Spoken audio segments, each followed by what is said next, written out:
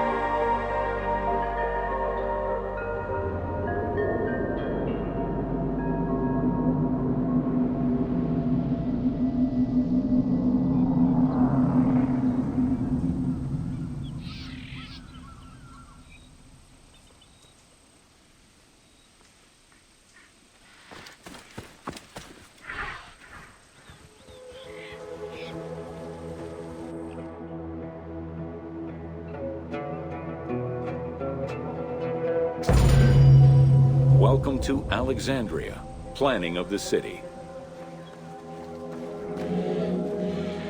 Alexander's plan to build his great city began with a verse from Homer's Odyssey.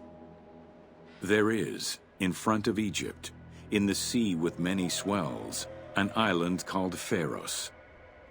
Guided by these clues, Alexander the Great founded his future city at the western end of the Nile Delta.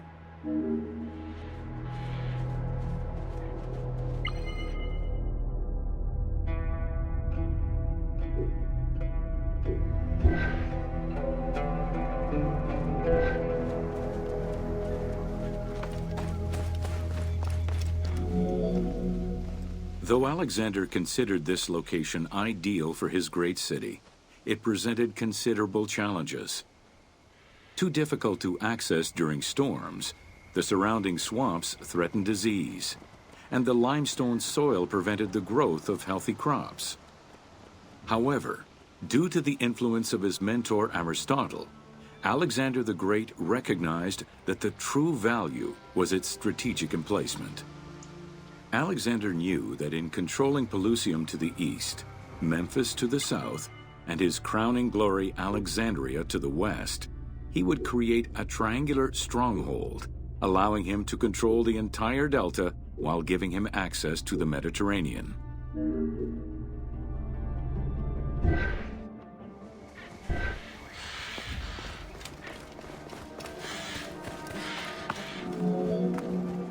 The Great Walls of Alexandria had a humble beginning. Lacking chalk to outline the future city's foundations, architects were forced to use flour instead. Clouds of migrating birds swept down and ate the flour, erasing the plans. This prompted Alexander to seek guidance from the oracles, who reassured him that his future city was destined to feed a large population.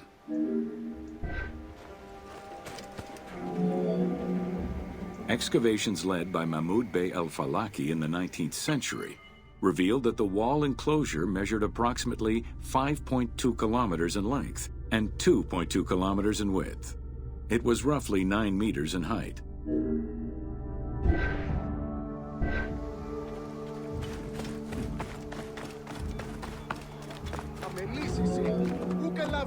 These formidable ancient walls would resist a number of attacks, including fending off the king of Syria in 169 BCE.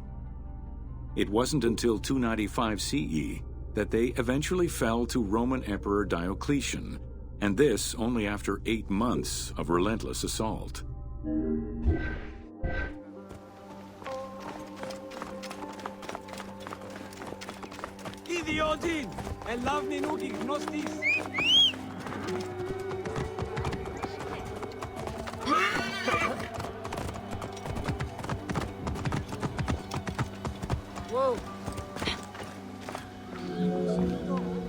Alexandria's principal architect, Dinocrates, chose a Hippodamian grid plan.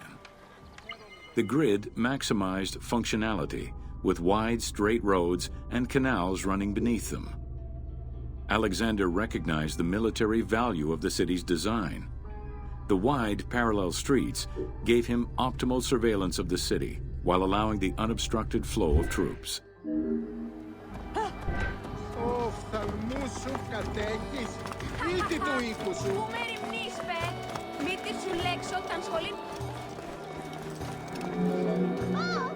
A central corridor ran from the Mediterranean's north port down to Lake Mareotis to the south. This thoroughfare acted as an unobstructed link for commercial trade and travel between the two ports. Many of the streets were bordered with grand buildings and parks, including Canopic Street, with its impressive gate bordering the eastern end.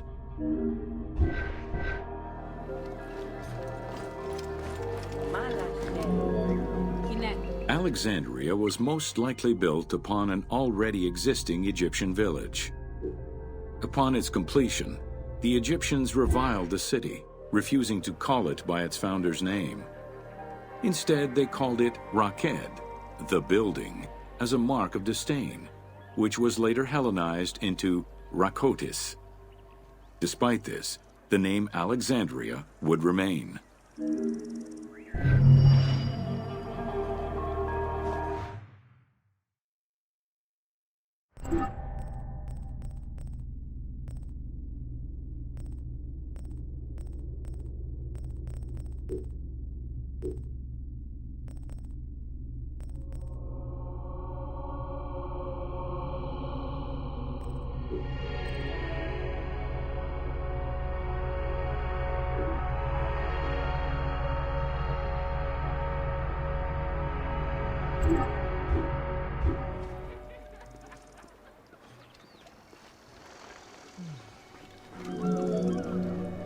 Alexandria was most likely built upon an already existing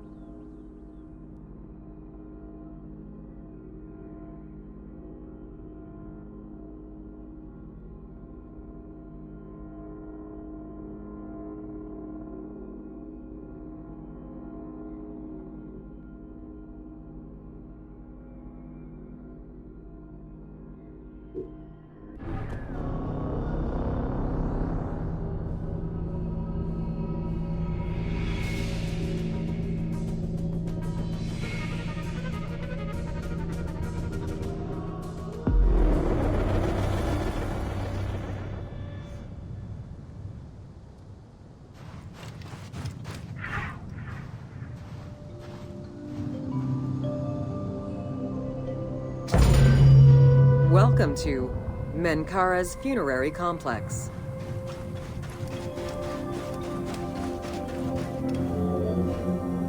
The dimensions of Menkaura's pyramid are much less grandiose. However, unlike its predecessors, Menkaura's pyramid shows a great deal of complexity in its internal and external finish. The outside was partially covered in red granite, while the internal walls were richly decorated. This latter innovation would not catch on until the end of the 5th dynasty, when pyramid texts began to adorn the walls.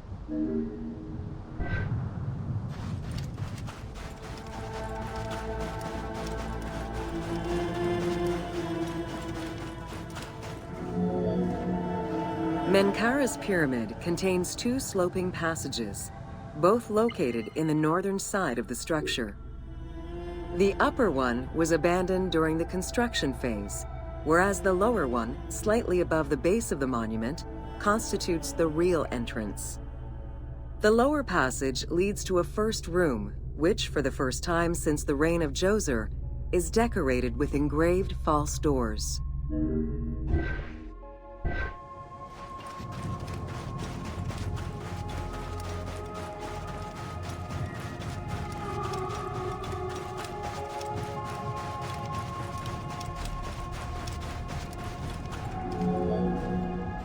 While Menkaura's pyramid complex was unfinished at the time of his death, it was hastily and somewhat shabbily completed by his successor, Shepseskaf. Even so, this funerary structure marks a watershed in the history of this kind of monument. From then onwards, the pyramid shrank, whereas the mortuary temple expanded both in its quantitative and qualitative aspects. Of particular note, it is within Menkaura's mortuary temple that one can find the heaviest block of limestone ever used for a pyramid complex, weighing in at over 200 tons.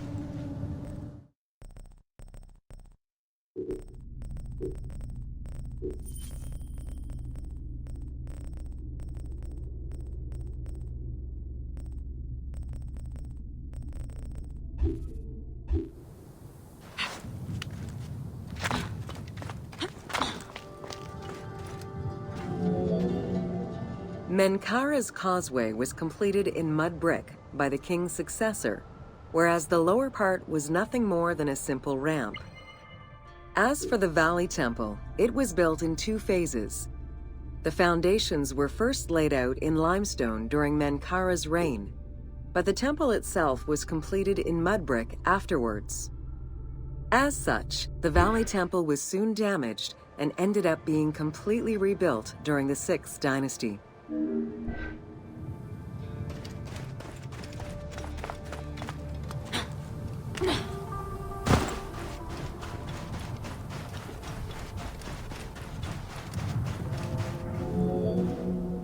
Three small structures, referred to as Menkaura's Queen's Pyramids, were erected along the southern side of the main pyramid. One of them was a smooth-faced pyramid, while the other 2 were more basic step pyramids. It is difficult to assess whether the latter were designed as such or were left unfinished with no casing to smooth out their surfaces.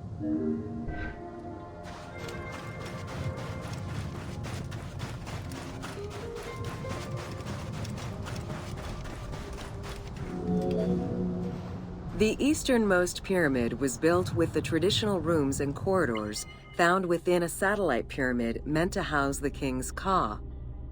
However, a granite sarcophagus was found within, leading to the conclusion that it was used as an actual tomb rather than as a symbolic cenotaph. Drawing on these observations, some assume that this pyramid was first built as a satellite pyramid for the king's ka, before seeing its purpose change to that of a queen's tomb. Which queen, however, remains a mystery.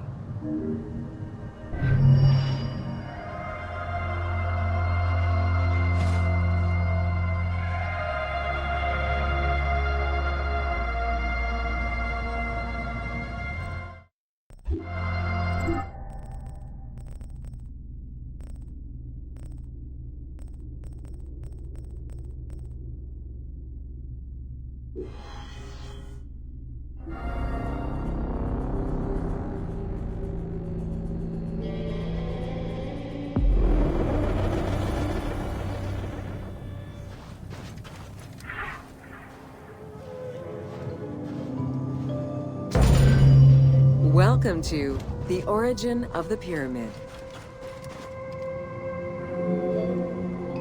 The origin of the word pyramid is controversial. Most believe that it originates with the Greek word pyramis, which referred to a bread of conical shape.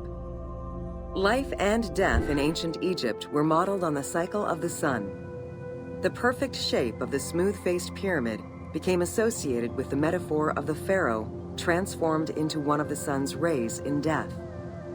Pyramids represented the Benben, the primordial mound of the Heliopolitan creation myth. These stories permeated every aspect of Egyptian life to a greater or lesser extent.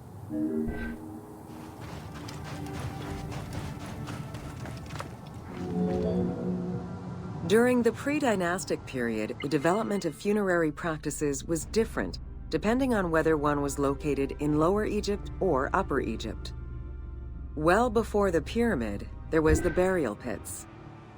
It is on the site of Merimde Beni Salame in Lower Egypt that we find the oldest funerary site, dating back to 5000 BCE. Study of the tombs revealed that the bodies of the deceased were deposited in a shallow grave in a fetal position. Though a few objects were recovered from these graves, they offered no insight as to the social class of those interred within.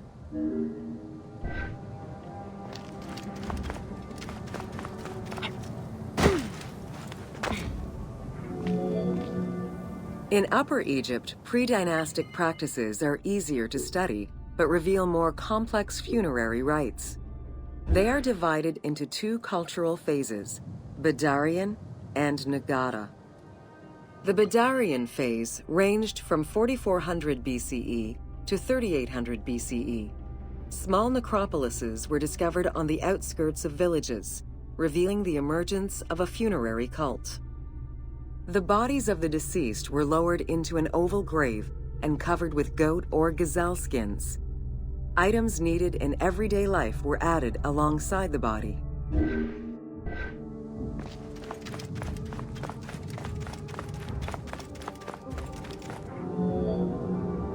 During the three Nagada periods ranging from 4000 BCE to 3510 BCE, funerary practices evolved in complexity. The shape of tombs changed from oval to rectangular, mimicking the homes of the living. The size of the burials increased and funerary items became more stylized and numerous. Tombs gained complexity with masonry, wooden veneers, or raw bricks added to strengthen the structures.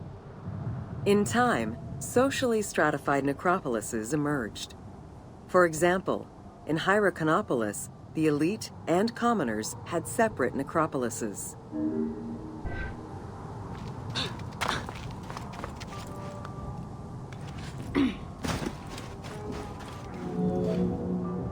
The term mastaba, meaning massive bench in dialectal Arabic, refers to a form of funerary architecture that was present in Egypt from the Archaic period to the Middle Kingdom.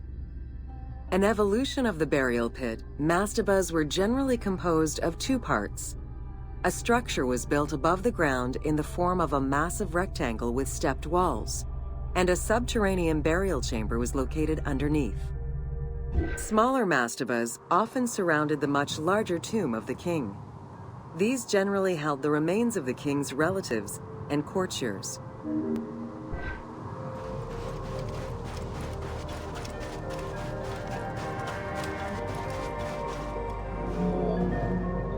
The arrangement of the substructure of the mastaba evolved during the course of the Old Kingdom. From the 5th dynasty onwards, mastabas often featured multi-roomed substructures, with sometimes up to 30 rooms. Also, the quantity and quality of decorated surfaces increased noticeably, as well as the number of statues found within.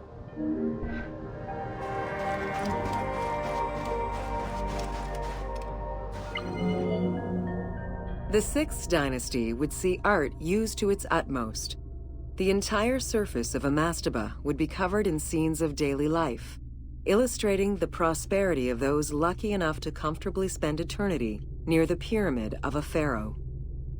The best example of this type of mastaba is the tomb of Mereruka in Saqqara.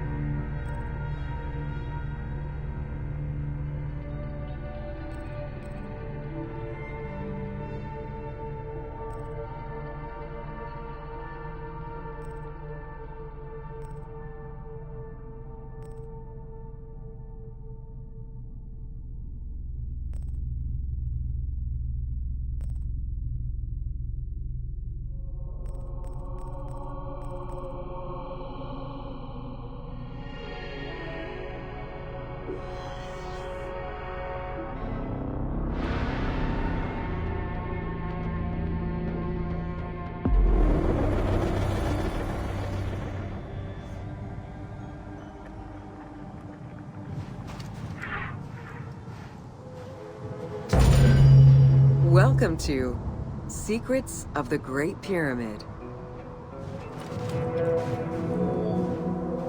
Built around 2550 BCE, the Great Pyramid of Giza is considered one of the most iconic structures of Egypt.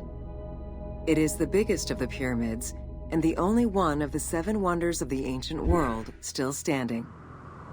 The numbers associated to the Great Pyramid of Giza are impressive. A workforce of over 20,000 people, 6 million tons of stone, and 20 years of construction.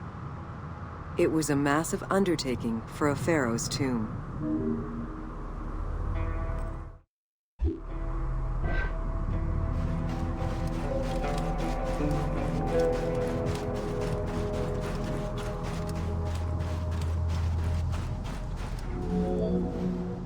The construction of the Great Pyramid was also a display of power and opulence on the part of Khufu. It is part of the pharaoh's vast funerary complex, which also includes 2 temples, 3 satellite pyramids, a causeway, and a builder's necropolis. We can guess that the intent behind the construction of these monuments was Khufu's way of declaring himself one of the most powerful pharaohs to rule a unified Egypt.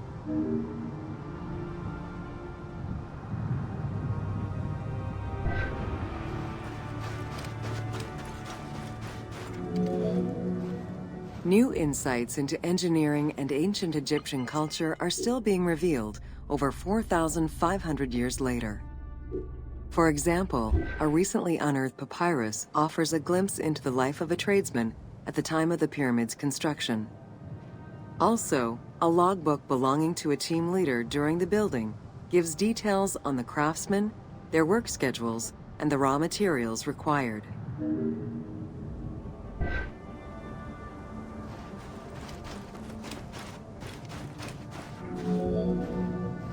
It is interesting to note that by Cleopatra's time, the pyramid's celestial purpose, its construction, and the function of its mysterious inner chambers was already unclear. Today, it is only through dedicated research that we have begun to grasp some of the Great Pyramid's mysteries.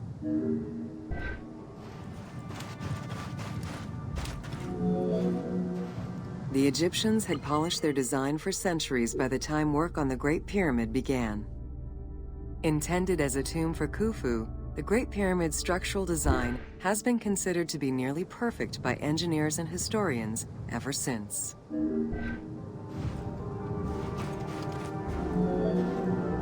Precisely oriented north-south to the 4 cardinal points of a compass, the length of each side of the Great Pyramid at its base was 230 meters, and its original height was 147 meters. The pyramid is a mere 0.05% error away from being a perfect square.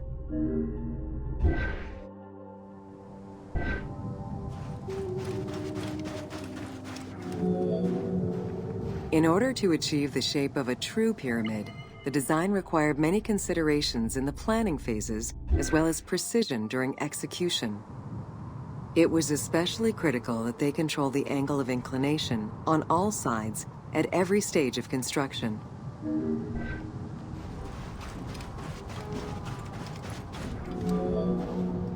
Materials for the Great Pyramid consisted of quarried limestone blocks, weighing between 2 to 15 tons each.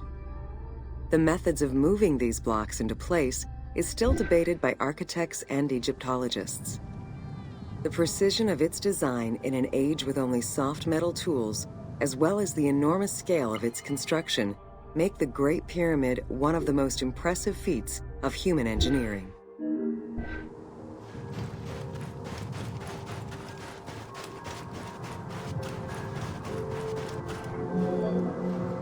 It's estimated that it took between 600,000 and 2 million blocks of stone to build the Great Pyramid. Experts calculate it would have required men to move 12 blocks every hour around the clock for 20 years to place the 2.3 million stones the monument is made of.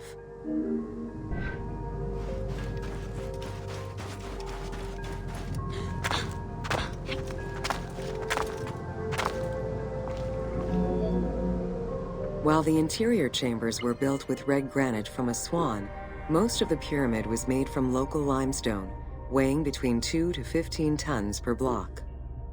There is debate on how the pyramid stones were moved into place. Recent research is exploring the idea that it was built around a large interior ramp.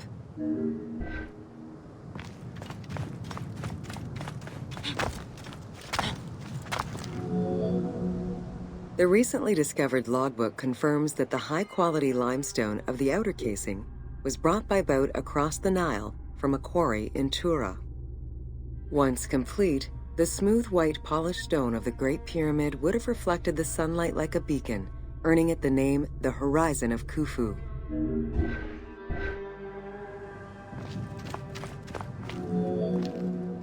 Over the centuries, thieves and travelers attempted to access the Great Pyramid numerous times.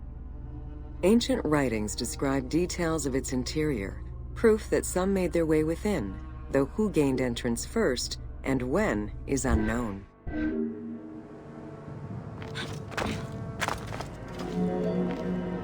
The main entrance of the Great Pyramid is located 17 meters above ground level. It faces north, likely in order to align with the North Star. Though the entrance passageway had been discovered in antiquity, any further access into the Great Pyramid was stopped by massive vertical slabs of rock. As such, present-day visitors to the pyramid must use the robber's entrance.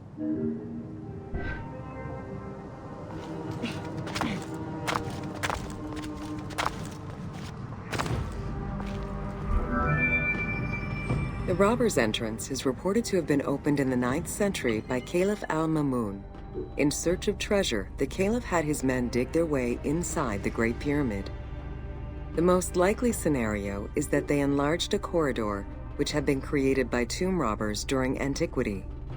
As such, this is how the team can justify access to this wonder.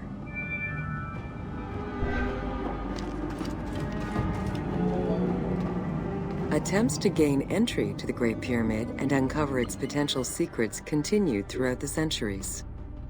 In the 19th century, the belief that another entry existed at the south side resulted in a hole being blasted into the pyramid's side, with no results for the damage that was done. While the search is still ongoing today to uncover more hidden rooms and passageways, conservation is the primary concern of all such efforts.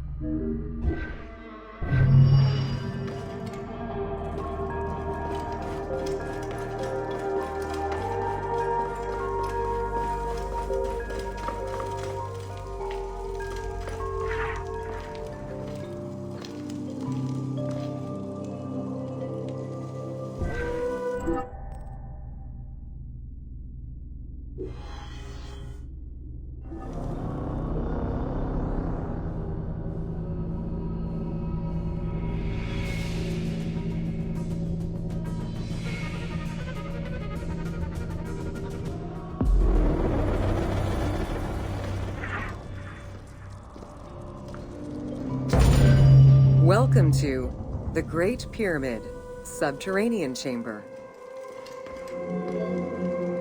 From the original entrance of the Great Pyramid, there is a passage leading to the subterranean chamber. Its walls were carved out of the existing rock of the plateau and then covered in a fine, unmarked limestone. The descending passage has a steep 26-degree downward slope. Narrow and with a low ceiling, this pathway is long and challenging.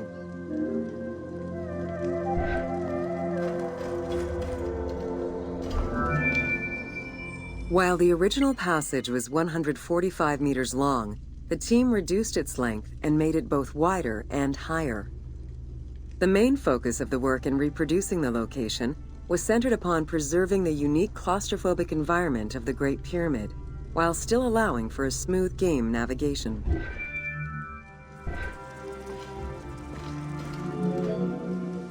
The well shaft was a 58-meter vertical passage that connected the descending corridor to the grand gallery above. An adjacent grotto may have originally been a small natural well in the bedrock that was enlarged during the tunneling. Whether the grotto was intended for another purpose is uncertain.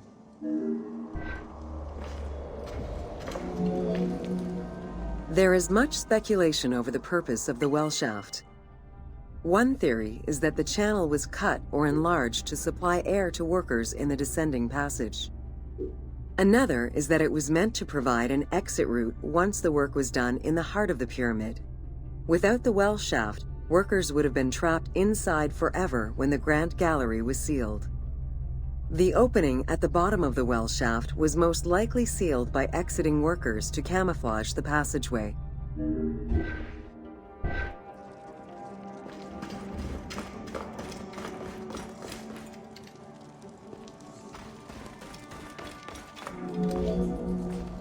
There is a subterranean chamber at the end of the descending corridor, 30 meters below the Giza Plateau's surface. Dug directly into the bedrock, the space is wide with a ceiling 3 meters in height. Its floors and walls are rough and uneven, indicating that it was never completed. At the south end of the room, there is another narrow corridor, similar to the others, though it abruptly ends after roughly 20 meters. The chamber also contains an 11-meter pit near the east side. It's unclear what this may have been used for. In the game, this well leads to a fictive underground complex containing key game-related mysteries.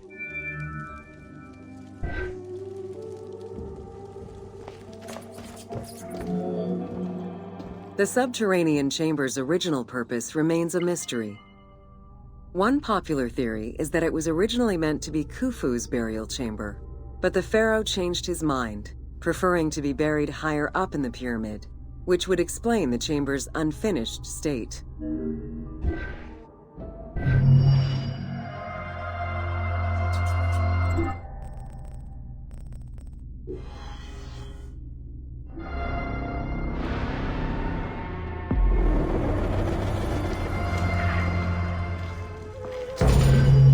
Welcome to the Great Pyramid of Giza, Upper Chambers. At the entrance of the ascending passage are 3 granite flagstones estimated to weigh up to 25 tons each. They were used to protect the Great Pyramid from thieves. Undaunted by the granite blocks, the thieves simply dug into the softer limestone around them, thus creating the robber's entrance. While in reality the robber's entrance is one single cavity which leads to both passages, in the game, the team created individual accesses to either passage. As such, in the game, one entrance leads to the ascending passage, while another leads to the descending passage.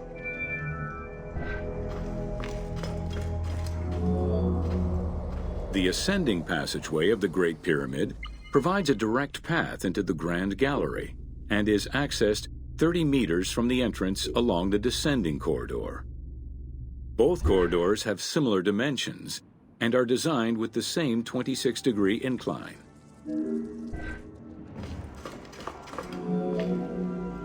The ascending corridor has smooth masonry on its walls, and the layout includes many trapezoidal stones.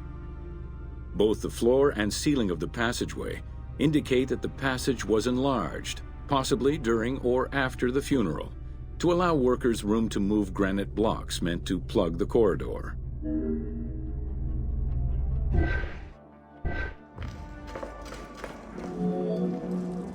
The Grand Gallery's purpose is still debated among experts. It may have been intended to align with the stars, act as a buffer to protect the king's chamber, or simply to facilitate the transport of the granite blocks used inside the pyramid. Access to the Queen's chamber was at the beginning of the Grand Gallery.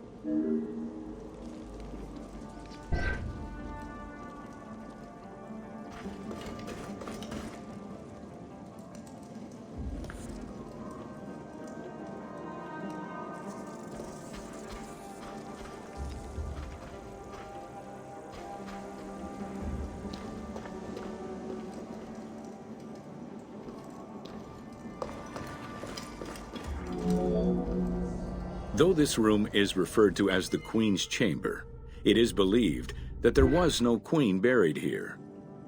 Based on their knowledge of earlier pyramids, Egyptologists believe it was more likely intended as the king's serdab, a chamber meant to contain the Ka statue, which would in turn house the king's spirit.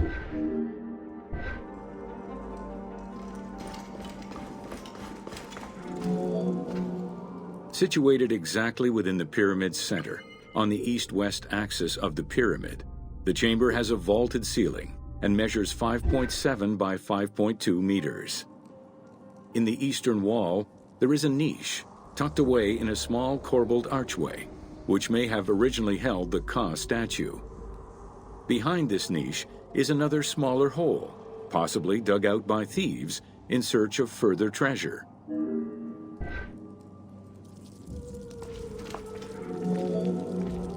In the 19th century, two shafts were found running through the north and south walls.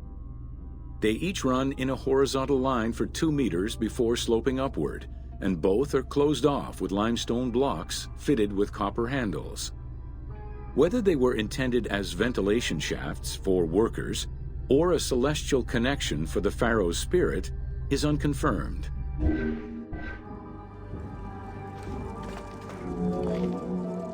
A recent scan of the room indicated the presence of an unknown cavity hidden behind the north face of the walls over the descending corridor. Further investigation is still ongoing to ascertain the nature of the anomaly, so as to avoid risking damage to the monument.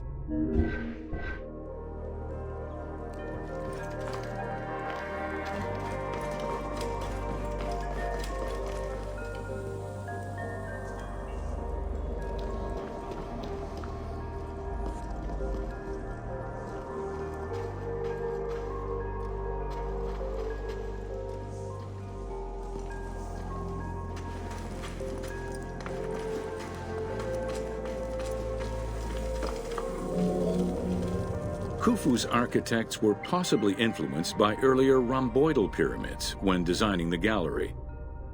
It is the longest corbelled vault ever built, measuring 47 meters long and 8.6 meters high. The walls were made to taper inward, allowing for better distribution of weight. As a result, the ceiling measures just over a meter wide at its highest point. Though this construction technique is present in other pyramids, few have the same precision and stability.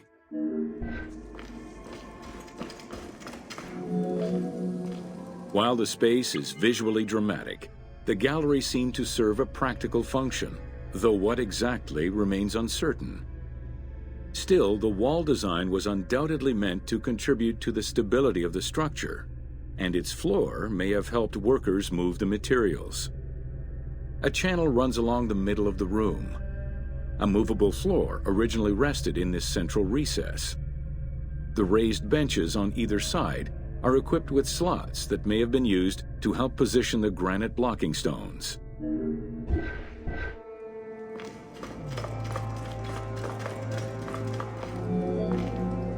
At the end of the Grand Gallery is the entrance to the antechamber leading to the King's Chamber. Directly above, there is another narrower horizontal passage that connects to the top of the King's Chamber and allowed the workers access to the weight relief rooms.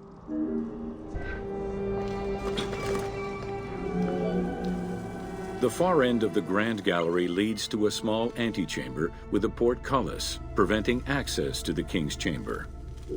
The portcullis was composed of 3 separate granite slabs. They were designed to be lowered into place and seal the chamber after the burial of the king. The grooves dug out to hold the slabs in place are still clearly visible to this day. The elaborate locking system was composed of a series of grooves for the ropes and pulleys that dropped the stones into place like the notches on a key.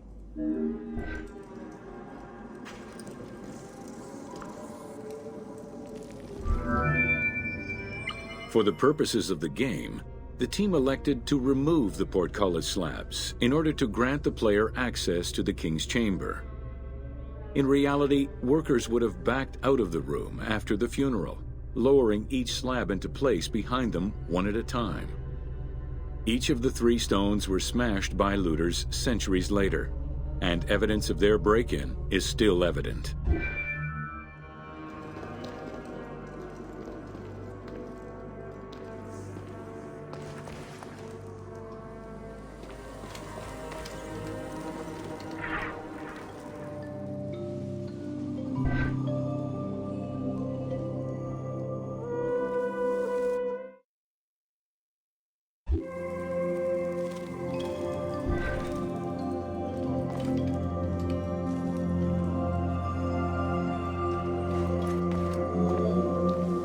The King's Chamber is built entirely out of red granite.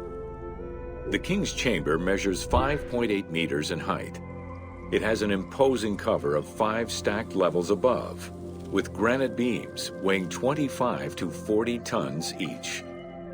The uppermost level is surmounted by a vault of stones, arranged in chevrons to bear the enormous structural load.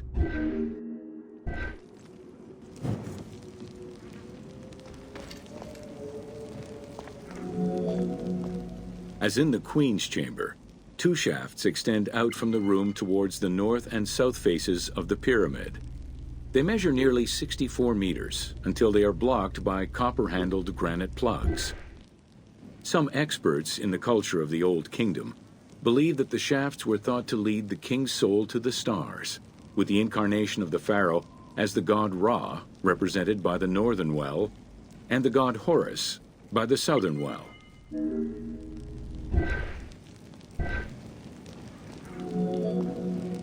There is a granite sarcophagus at the west end of the room, but it is the concealed construction inscriptions left by workmen on the roof's stones which verify this as the resting place of Khufu.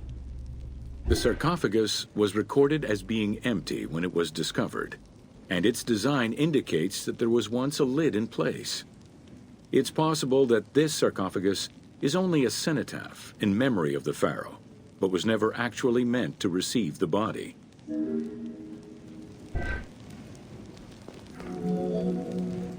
Khufu's mummy was never found.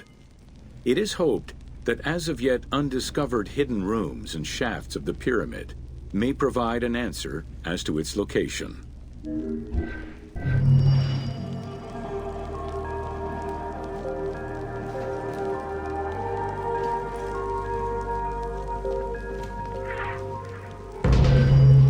Welcome to Jean-Pierre Houdin's Theories.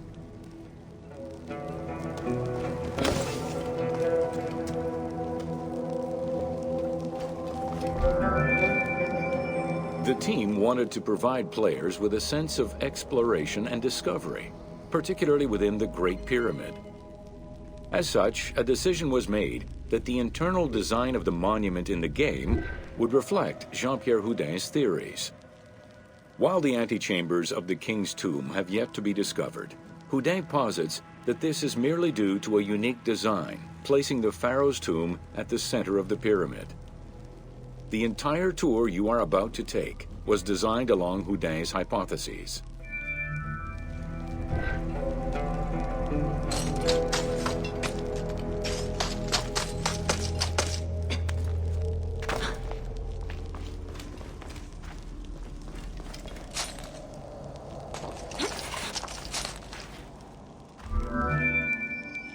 While respecting Houdin's hypothesis as to the general layout of the antechambers, the team wanted the contents to enhance the game experience.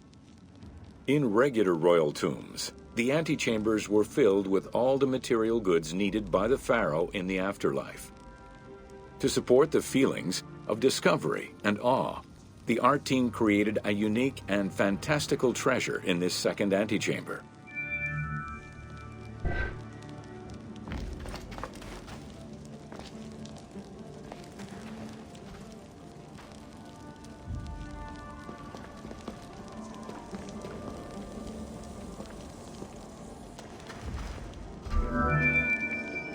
Houdin theorized that the ascending corridor and the Great Gallery were used by the workers to haul hoist the heavy beams above the king's chamber. He called it the service circuit.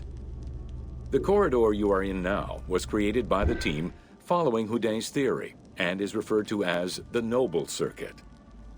It is through this corridor that the wooden sarcophagus containing the pharaoh's mummy would have been transported to its final resting chamber.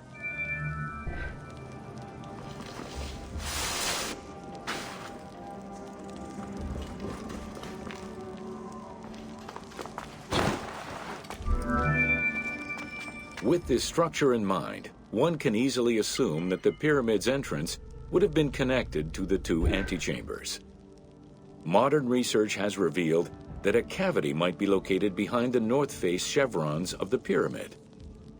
As such, the team chose to create this area for the player to explore, Here is where Houdet believes that the priests and nobles would have exited the pyramid after the burial ceremony.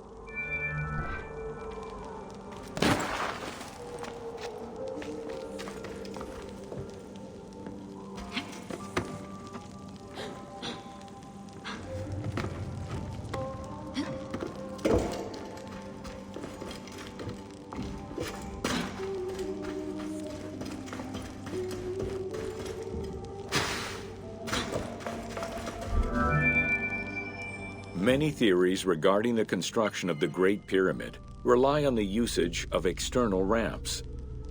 However, Houdet believes an external ramp would have been too steep for the upper portion of the pyramid. This is why he posits that there were two ramps. An external ramp for about half of the height of the pyramid, which then became an internal ramp for the second half.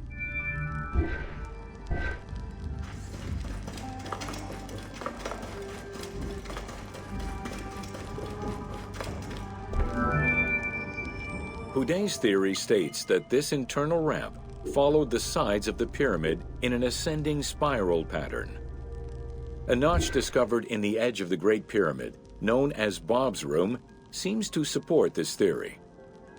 Located at the corners of each edge of the pyramid, these large rooms would have allowed workers to turn the stone by 90 degrees, allowing them to continue the ascent. The team chose to create rooms such as this one, bringing Houdet's hypothesis to life.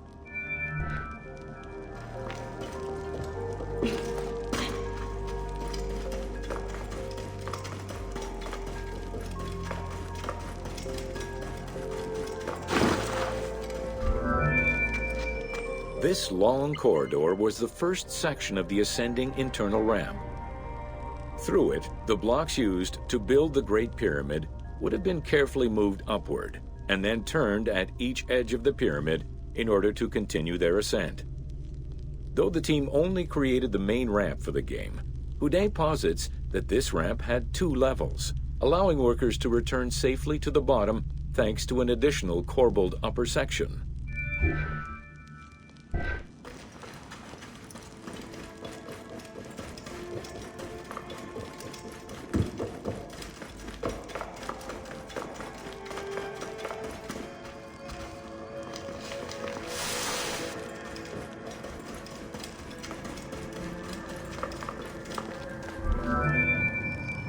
According to Houdet, the start of the inner ramp was located at the base of the southeastern face of the pyramid.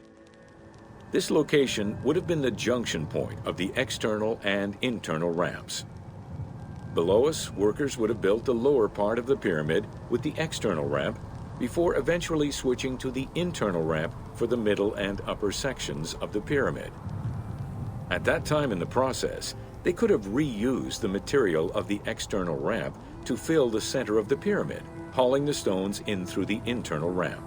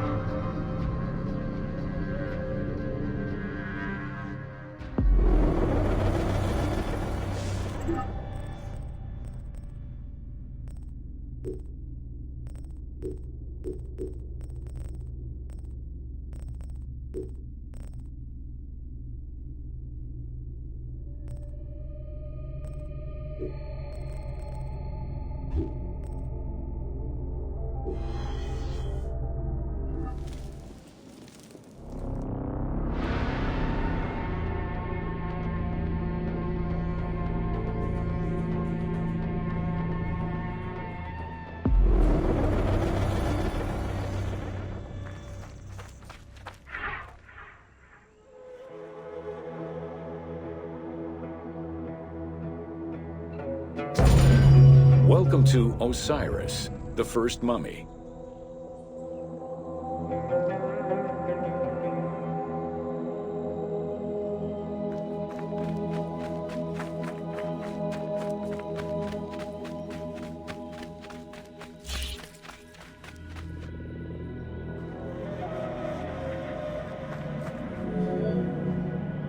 The oldest mummies recovered date from the Old Kingdom, though Egyptologists believe that mummification was in use much earlier than that.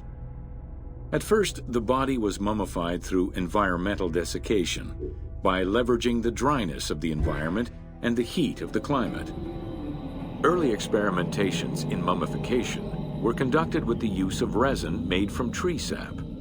Strips of linen were only used on some superficial parts of the epidermis of the hands or jaw.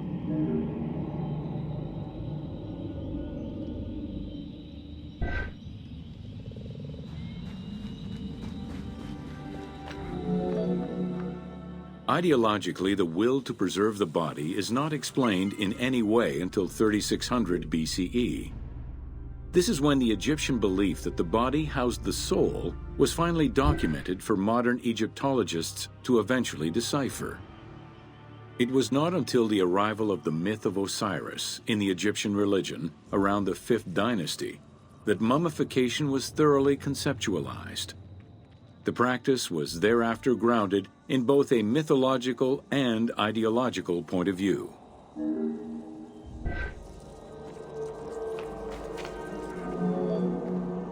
Osiris was mainly known as the god of the dead and the god of resurrection.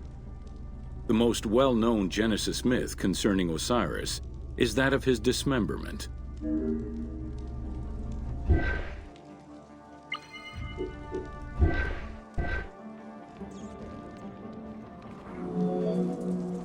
It is Plutarch who gives the most simplified and complete summary of the story. Within Egyptian mythology, Osiris represented the first king to rule Egypt. Jealous of his power, his brother Seth attempted to usurp his throne. After several unsuccessful attempts, Seth succeeded in killing his brother by dismembering him and scattering the pieces of his body all over Egypt. Isis, the great of magic, traveled all over Egypt in search of the pieces of her husband's body. After a long search, she recovered all the pieces save for his manhood, as it was eaten by a fish.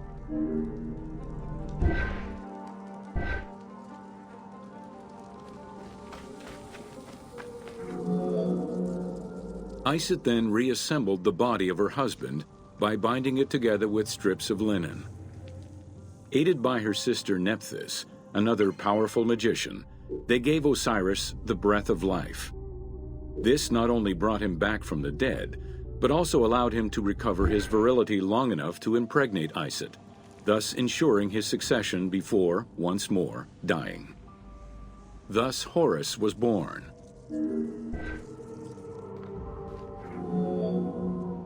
The ritual used to bring Osiris back to life essentially depicts how he became the first mummy. It is why, on the sarcophagi of kings, we often find Isis and Nephthys represented as the magicians who restore life to the deceased.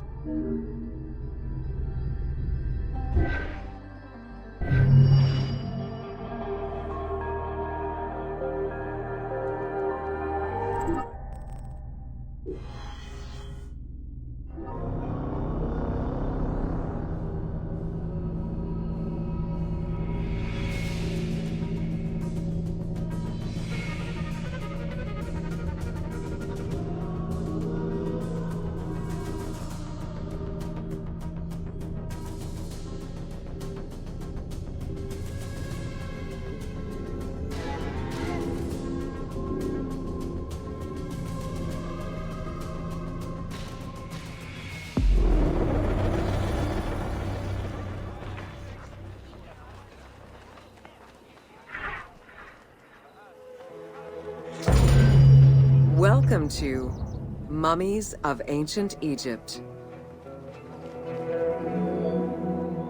The mummification process used by ancient Egyptians was highly ceremonial in nature. The different types of mummification took into account the social level and richness of the deceased and even included animals. The most expensive was that reserved for the pharaoh and the royal family, as well as some of the wealthiest members of the court.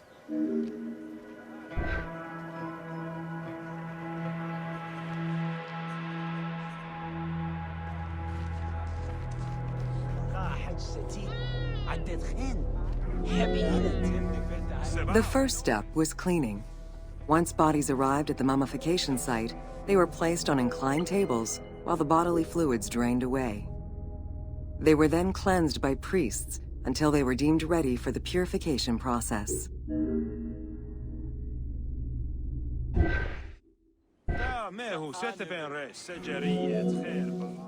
The purification of the body began with a libation from sacred water. The priest then fumigated the body with terebinth resin. After the ritual cleansing, priests used oils, spices, and all kinds of essences to further purify the body of the deceased. Finally, all body hair was meticulously removed.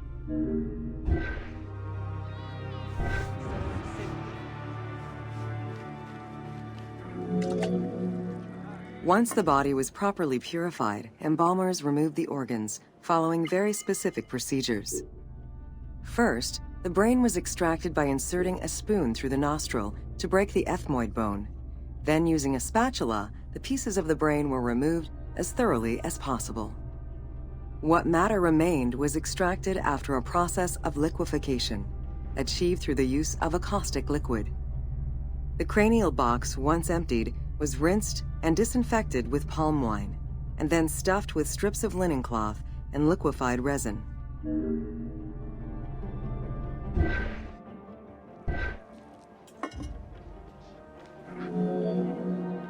After taking care of the brain, embalmers made an incision on the left flank and carefully set aside the viscera. The inside of the body was also rinsed with palm wine. Then the embalmers filled the belly with pure myrrh, cinnamon, and other perfumes and sewed it shut. The removed viscera were washed in palm wine and packed in crushed herbs before being placed in canopic jars.